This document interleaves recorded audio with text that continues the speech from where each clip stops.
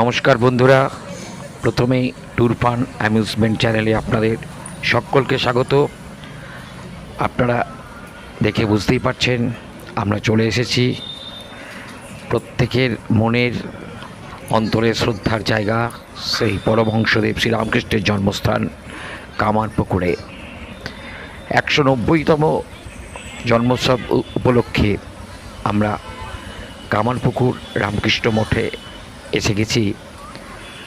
আর এসেই যে দৃশ্য রামকৃষ্ণ মঠ আশ্রমকে ঘিরে আশেপাশে অপরূপ শোভা দেখলাম, সত্যি আমাদের এক কথায় হৃদয়ে মননে চিন্তনে এক অপরূপ মনোরম ছাপ ফেলে দিল। ওই দেখুন মাটির সেই চালা ঘর, রামকৃষ্ণদেবের পুরনো জন্মভিটে, প্লাস আশ্রমকে ঘিরে বাগান, সুশৃঙ্খল পরিবেশ, অপরূপ শান্তি বিরাজমান, সব মিলিয়ে মনকে ভরিয়ে তোলে। এই পরিবেশ আমরা ছবি ক্যামেরাবন্দি করছিলাম, যদিও কিছুটা নিয়ম নীতি মেনেই। রামকৃষ্ণ মঠ মিশনের একদম ভিতরে ছবি তোলা প্রায় নিষিদ্ধ বললেই চলে, তাও আমরা বাইরে থেকে যতটা পেরেছি ছবি তুলেছি। দেখুন সেই গেট, তরুণ, ঠিক উল্টো দিকে দূরে দেখা যাচ্ছে হালদার পুকুর। এদিকে গেট, রামকৃষ্ণদেবের আশ্রমের চত্বর, যেখানে ফুলের বাগান এবং অপরূপ পরিবেশ, সমস্ত কিছু। আশেপাশে ধর্মশালা, মঠেরই নিজস্ব গেস্ট হাউস, যেখানে আপনারা বুকিং করে আসতে পারবেন। এই যে মঠের মেন গেট, এই গেট দিয়ে পুণ্যার্থীরা ঢুকবেন। এটা আমরা নাট মন্দিরের ভিতরে, আশ্রমের নাট মন্দিরের ভিতরে অল্প কিছুক্ষণের জন্য বসেছিলাম, সেই সময় ছবিটা কিছুটা ক্যামেরাবন্দি করেছি। এই ভেতরে ঠিক রামকৃষ্ণদেবের আশ্রমের ভেতরটা এত মনোরম, মনকে মুগ্ধ করে দেয়। একটু শান্তির জন্য, একটু ভালো লাগার জন্য বসে থাকা এবং পরমহংসদেবের নাম স্মরণ করা, এইভাবেই বেশ কিছুক্ষণ সময় আমরা কাটিয়ে দিলাম আশ্রমের ভেতরেই। পরমহংসদেব শ্রীরামকৃষ্ণের বিভিন্ন বাল্যলীলার ছবি আশ্রমের দেওয়াল জুড়ে, এবং আশেপাশে সমস্ত কিছু দেখার পর আমরা রওনা দিলাম হালদার পুকুরের উদ্দেশ্যে, যেখানে শ্রীরামকৃষ্ণদেব স্বয়ং চান করতেন এবং তার অনেক বাল্যলীলা এই পুকুরকে ঘিরে, ঐতিহ্যশালী এই পুকুরকে ঘিরে ইতিহাস হয়ে আছে।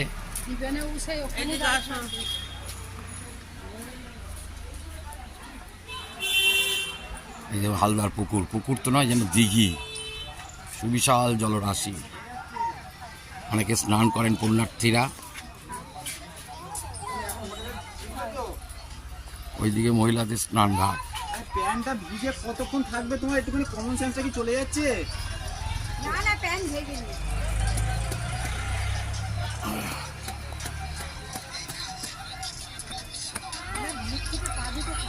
খাবে না? মানে তো মুখ থেকে পা দুটো দুটো বড়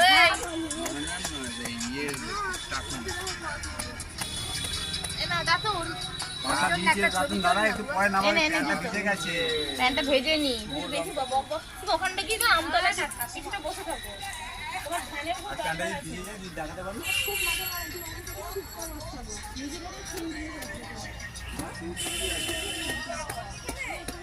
তোমাকে বললাম যে স্নান করা যখন তোমার না স্নান করা তো গামছা নিয়ে পাওয়া যাবে না।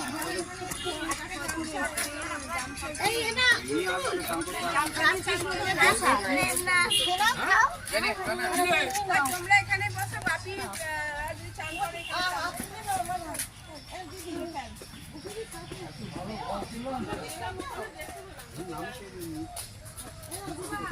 এইখানে থাকবে।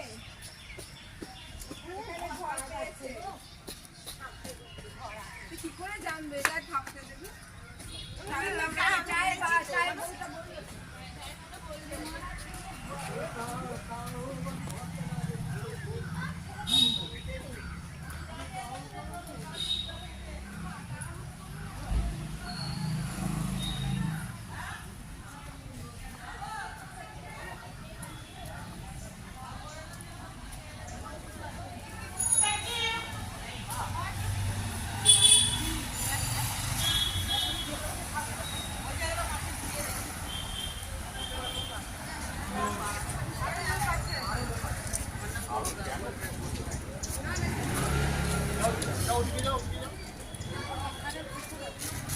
এটা হালদার পুকুর।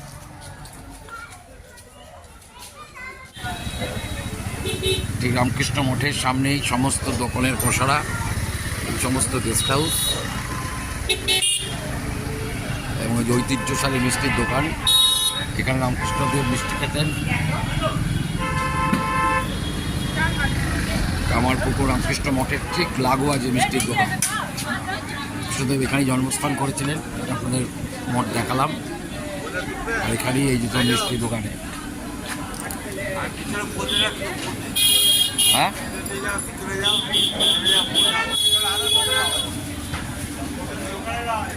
তাহলে এই বোঁদেটাও তুলি। রামকৃষ্ণদেব স্বয়ং এই বোঁদে খেতে। এখানে সাদা বোঁদে বিখ্যাত কামারপুকুরে। আর এই ল্যাংচা সবাই খাচ্ছেন অতিথিরা। এই যেমন বোঁদে বানাচ্ছে কত সুন্দর। বাহ, এই বোঁদে বানানো হচ্ছে একদম গরম। হ্যাঁ স্যার, আচ্ছা আচ্ছা। 235 140 টাকা কেজি, 14 টাকা শ। ওর সামনে যান না স্যার, ওই যে মালিক সুরেশ্বর মদক, কার নাতি? ওটা আপনার সেই পর আসছে বংশানুক্রমে রামকৃষ্ণদেবের বংশে। হ্যাঁ। রামকৃষ্ণদেব স্বয়ং এই দোকানে খেতে আপনাদের দেখাচ্ছি। ওই দেখো, ওই যে টানা নাড়ু বিখ্যাত এটা জিনিস। কামারপুকুরে শুধু বাপিটাকে বলে টানা নাড়ু, দারুণ খেতে। এই যে সাদা বোঁদে, এই যখন সবাই খাচ্ছে বসে, এই যখন বোঁদে রাশি, এই দেখুন সারা দিনে এই বোঁদে কিন্তু শেষ হয়ে যাবে। এবং রামকৃষ্ণের জন্মোৎসবের যে প্রসেশন হয়, প্রভাত ফেরি হয়, আমরা যখন মিশন স্কুলে পড়তাম ছোট্টবেলায়, এই বোঁদে মুড়ি আমরা ঠোঙায় প্যাক করতাম। হাজার হাজার মানুষ, লাখো লাখো মানুষ শোভাযাত্রা করে এই বোঁদে আর মুড়ি খেত। অপূর্ব লাগতো, অমৃতর মতো লাগতো। এইরকম বোঁদের সম্ভার, রাশি রাশি বোঁদে তৈরি করে রেখেছে। এটা কি একদিনই শেষ হয়ে যাবে নাকি? ও অর্ডার, ও এটা অর্ডার আছে। দেখুন বোঁদের রাশি, সাদা বোঁদে বিখ্যাত। এইসব কাস্টমারদের ভিড় করছে। এই বংশের উত্তরসূরি।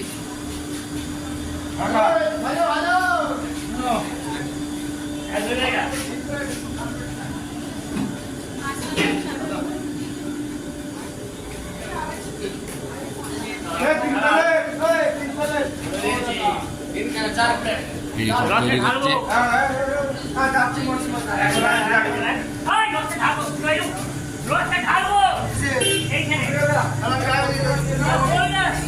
দেখুন কেমন লাইন দিয়ে এই দোকানের মাছ লাইন দিয়ে দেখাচ্ছে।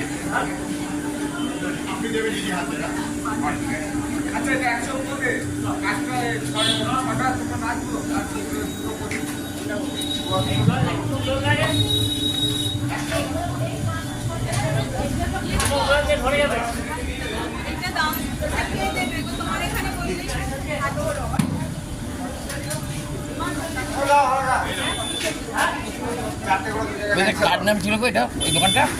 এখানে ভাবছে গরম গরম লুচি।